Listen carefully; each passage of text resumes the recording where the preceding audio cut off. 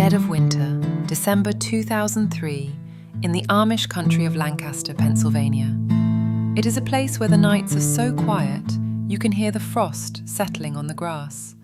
A place where the 21st century usually feels 100 miles away. But on this particular freezing morning, just before dawn, that silence is broken by the hum of a silver Honda Accord.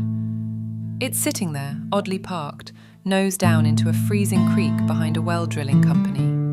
The headlights are off. The engine is still running, humming a low, monotonous note into the darkness. It looks like a car accident. A drunk driver, maybe. Someone who took a wrong turn on the icy roads. But when the first worker arrives at 5 a.m. and shines a flashlight into that creek, he doesn't see a driver trying to climb out. He sees a man in a dark, expensive suit, face down in the freezing water. This wasn't just anybody. This was Jonathan Luna, an assistant United States attorney, a man who, just hours before, was sitting in his high-security office in Baltimore, preparing for a major drug trial. He wasn't supposed to be in a muddy creek in Pennsylvania, 90 miles away from home. He was supposed to be the law. He was supposed to be the one putting bad guys away. But there he was, his court ID still hanging around his neck, drifting in the water. And here is where the nightmare really begins. Because when they pulled him out, they didn't just find a drowning victim. They found a man who had been stabbed 36 times. 36 times. His chest, his neck, his hands. And yet, the Federal Bureau of Investigation, the very agency he worked alongside, would eventually look at this carnage, look at a man brutalized and left to die in a freezing stream, and try to tell the world that he did this to himself. To understand the horror of that creek, you have to understand the man who ended up there. Jonathan Luna wasn't just a lawyer, he was a success story. He was a young, brilliant prosecutor, African-American and Filipino, who had climbed the ladder to one of the most prestigious jobs in the American legal system. He was the guy who seemingly had it all: a wife, 2 kids, a nice house in the suburbs, and a reputation for being a relentless worker. On the night of December 3rd, he was doing what he always did, working late. He was handling a messy heroin case, a plea deal that was falling apart, and the pressure was on. But everything about that night screams routine. He was chatting with defense attorneys, making plans for the next morning. There was no panic in his voice, no goodbye notes, no dramatic exits. But then something strange happens, something that still keeps detectives awake at night. Around 11:38 p.m., Luna leaves his desk at the Federal Courthouse in Baltimore. Now, usually, when you leave for the night, especially if you're driving home, you take your essentials, right? You take your wallet, your keys, your phone. And if you have bad vision, you absolutely take your glasses. But Jonathan Luna left his glasses sitting right there on his desk. He left his cell phone too. Think about that for a second. Who leaves their glasses behind if they plan on driving 90 miles in the dark? It suggests one terrifying possibility. He didn't plan to leave. Or at least, he didn't plan to go far. It feels like he went downstairs to meet someone, maybe just for a second, maybe to hand off a document, and he never came back up. The drive that followed is one of the most baffling journeys in true crime history.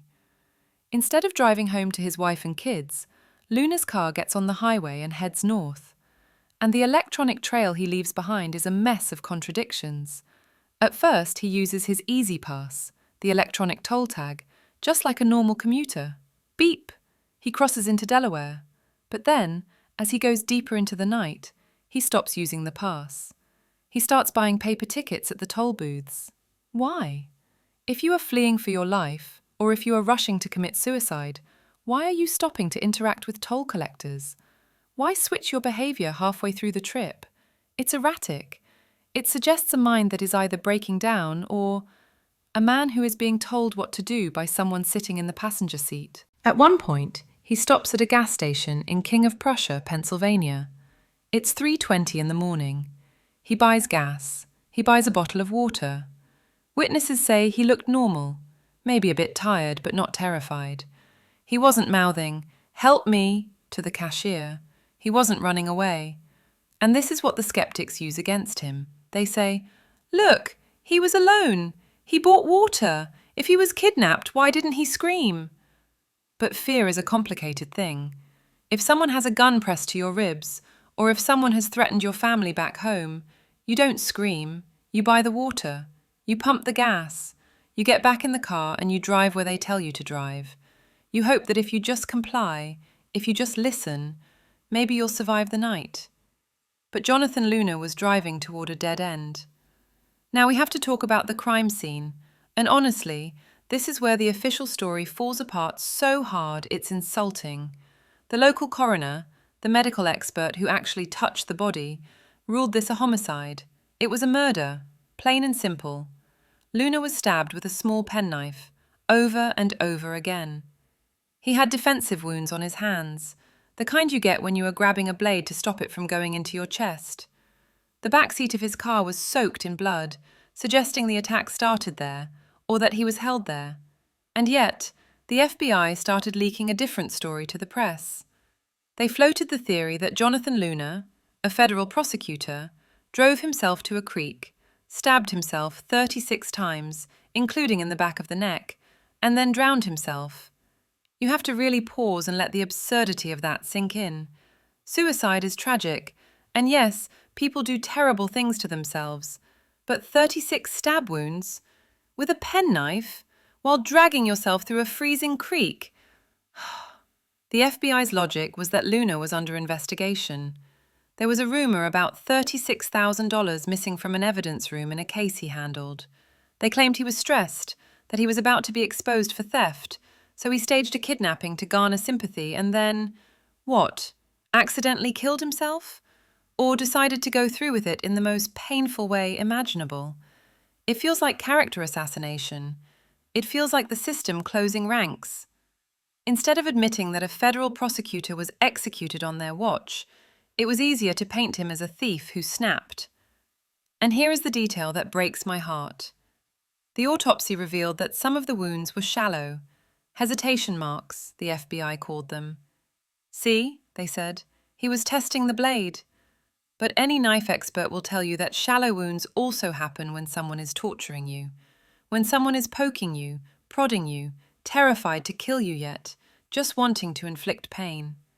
Maybe they wanted information. Maybe they wanted to know where a witness was.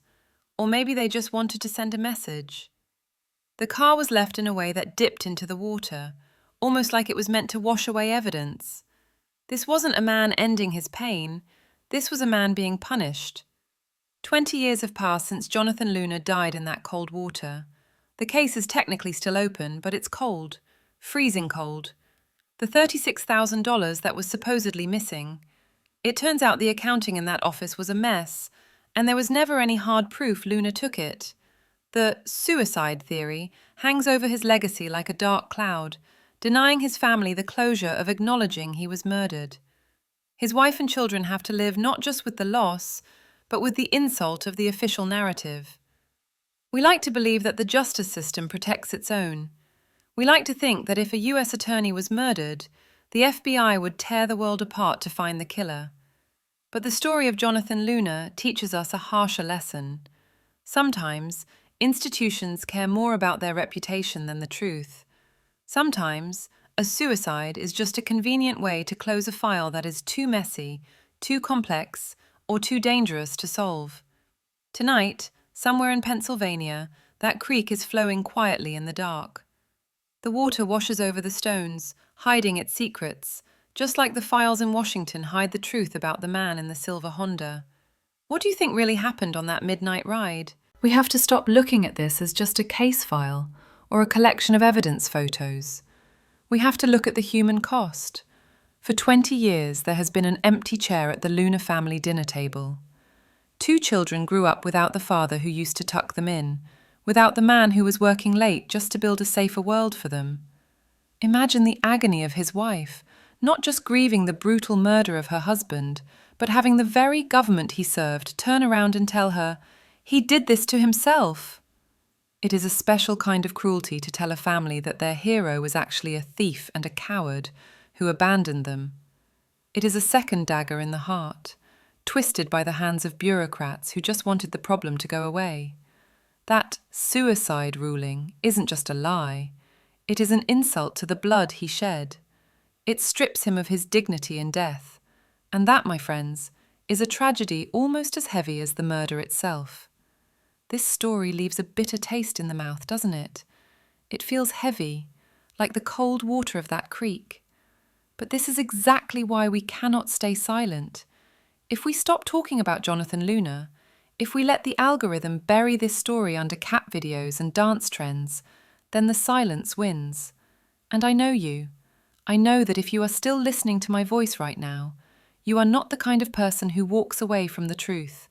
You are the kind of person who feels the injustice in your bones. We are building a family here on Twilight Whispers, a family of people who refuse to let the dead be forgotten. I need you in this circle. I need your voice in the comments. I need your presence. So don't just act like a ghost passing through this channel. Stay with us, subscribe, and become part of the memory that keeps these stories alive. Let's be the voice for those who had theirs stolen. Until next time, keep your eyes open in the dark.